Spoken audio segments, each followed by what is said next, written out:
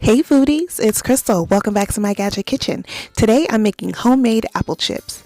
I'll be using my Breville Smart Oven Air and my new plate mandolin.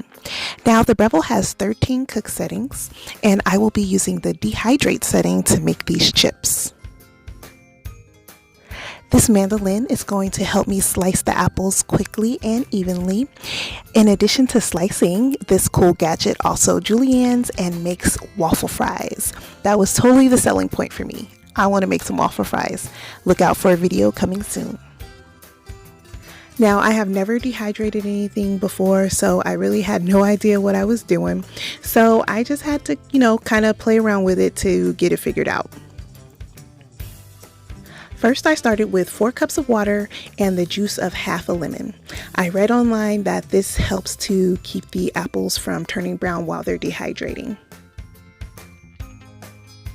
I'm using my Cuisinart apple core to core the apples, and I'm leaving the skins on.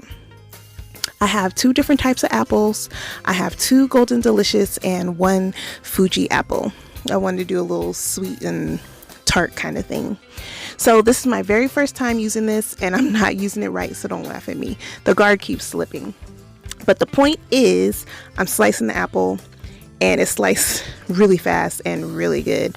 So you can see all the slices are perfectly even. I'm putting them in the lemon water. So now I'm on to apple number 2, and I'm still using the guard wrong. It's not staying on. I didn't figure it out till I got to the 3rd apple.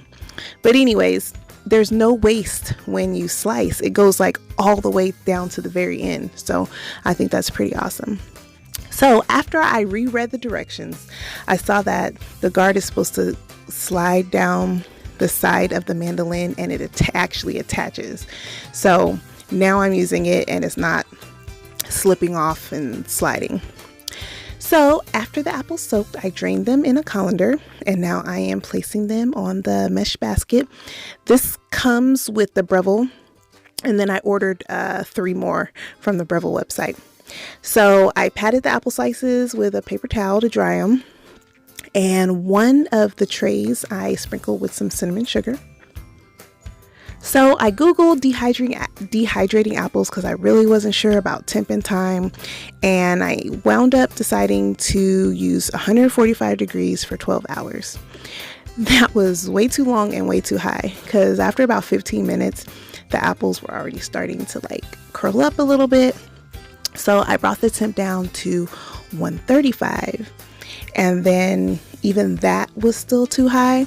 So then I dropped it down as low as it would go, which was 125, and then I went to bed. So 8 hours later, this is what they look like. It did not take 12 hours. This thing is amazing. It did a great job. I wasn't expecting it to do this well, but it did awesome. These are the cinnamon sugar slices. They're perfect. They're dry, and they look great, and they tasted great. So I'm gonna let you hear the crunch.